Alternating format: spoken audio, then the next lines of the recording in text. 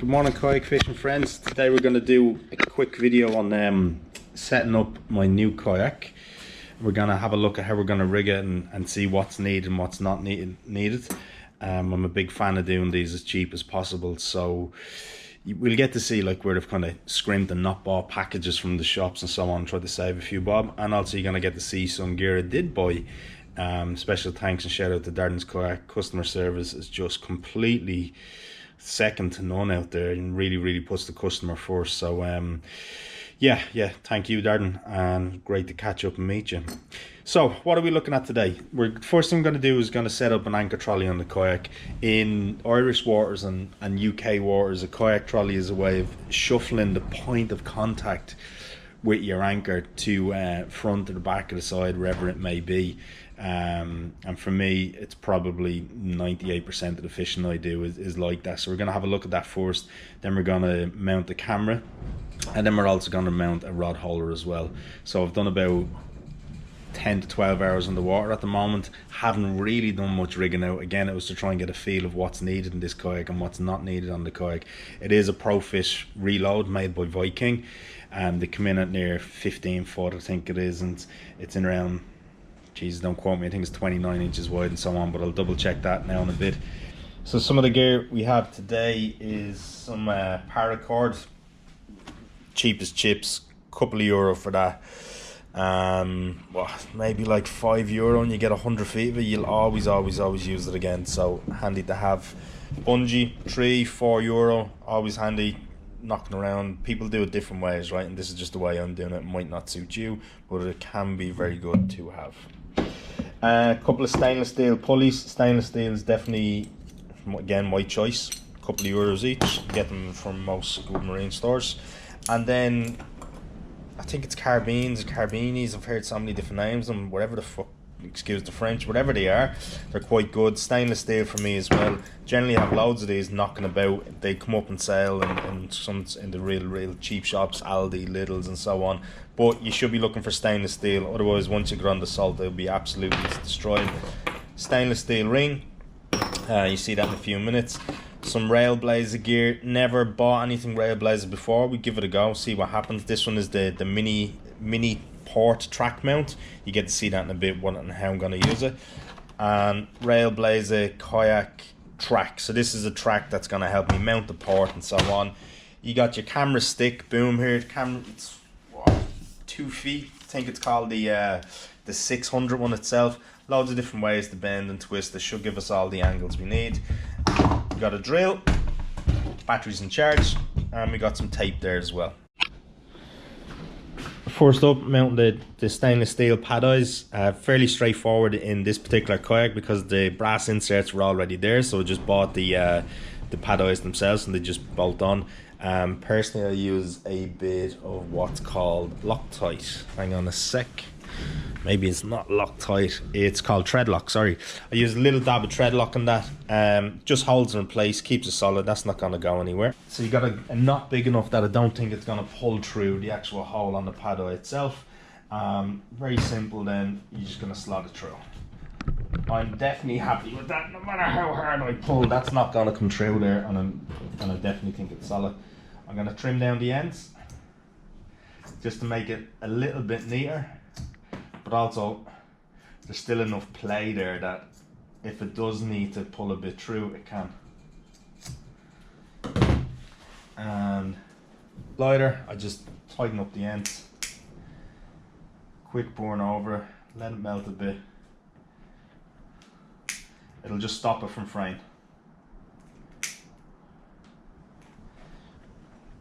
Job done. On this side, take your carbini, put it on. Actually, I'm going to go the other way around. Connect it through. Take your pulley goes onto it as well. So this is going to be one end, but you're also going to do the same on the far end. And this is where you're going to bring through your trolley itself. And the idea being you can shuffle backwards and forwards when you need it. So you can get 2 or 3 inches extra and it's not going to be hit the kayak hard. an example that would be if you get hit by a sharp swell and you weren't expecting it, rather than you taking the full force of it, there's a little bit of play there and that'll take it itself. Thread the paracord through the pulley at the front, along the side of the kayak, through the pulley at the rear, keeping a little bit of tension on it. I want that pulley set in a certain way.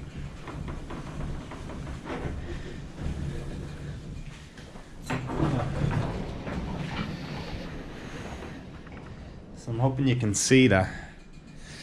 If you think of my fat ass in there, you can see this is kind of running along the lap there on the left leg, and it's just not in a good place. So what we'll do is we'll tighten it up, we get it in place, and then we'll have a look at keeping this clear out of the way. So having the trolley down by the side of the kayak.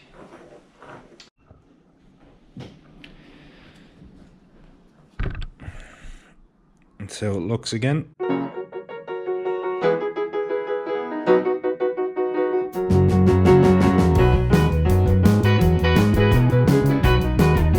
That's one side, do it again on the other side. There you go, it's your anchor trolley.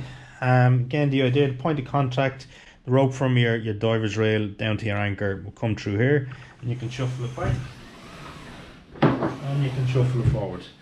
To keep it tidy and out of the way for now, all I'm going to do is use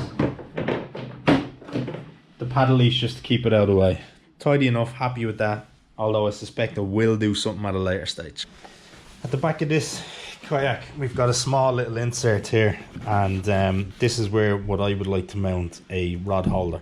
The idea being, if I'm sitting facing forward, I can bring the rod butt back and slot it into the rod holder itself. That way you've got the tip up in front of you, nice and handy, you can see what's going on, watch for action. So, Railblazer Kayak Expander Track. What I didn't realise that this was, it's actually a 3-in-1, so you can do it as one small little mount. You get the two end pieces, you put them together and you screw them into place, or you can actually go further and add the track together. Feels like something like Thomas the Tank Engine you'd be building for the kids. Let's have a look. How are we doing? I'm gonna make this a smaller version and keep it as tight as I can. So that is just not gonna fit. No, it's not gonna fit, I'm afraid. Let's go with a plan B.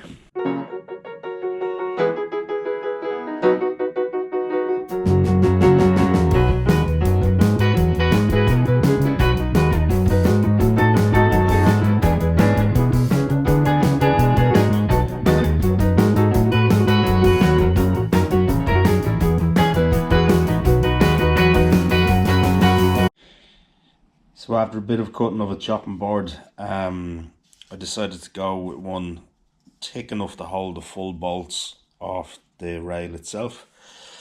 So there, Tech 7 in between each one of them, a very, very small pilot hole, and the screws gone through afterwards then as well. So I'm gonna put this to the kayak using Tech 7 as well. Make sure it's completely clean and dry. This one should be. Line her up where we want it to go.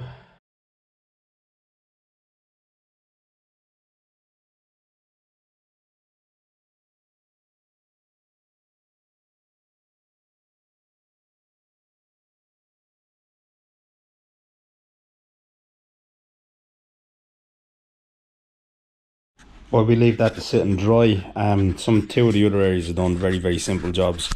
Is one of the star ports just up here on the tackle pod, handy if you're trolling and you want to just have a rod over the side. You just put the rod holder in and you're sorted. It's far enough out of reach of the paddle so you're not going to clash with it, and there's still enough room to get the fish finder, which I'm waiting for on the post. And the other item was star port and the front of the top left leg here, the idea being that you'll have a good point of view if you're catching that trophy fish. Very simple to do them. Just plop in two little dots through the screws where you want the holes to be. Put the holes as the same size as the bolt. I think it was a 5 or 6 mil. You bolt through, you wash her on, and then you know. I'll give you a quick overview how she turned out. And there she is. It's worth noting this is specific for when you're at anchor. So you're at anchor, you can shuffle the rod back behind you, leave it there, leave the ratchet on, and I just find it's one to have. It's nice and handy, keeps the rod out of the way. You could have your big baits and that, and if by chance you were to click on it, all you'll have is a little bit of pull, so there's not a huge amount of stress on the rod itself. Thanks for watching.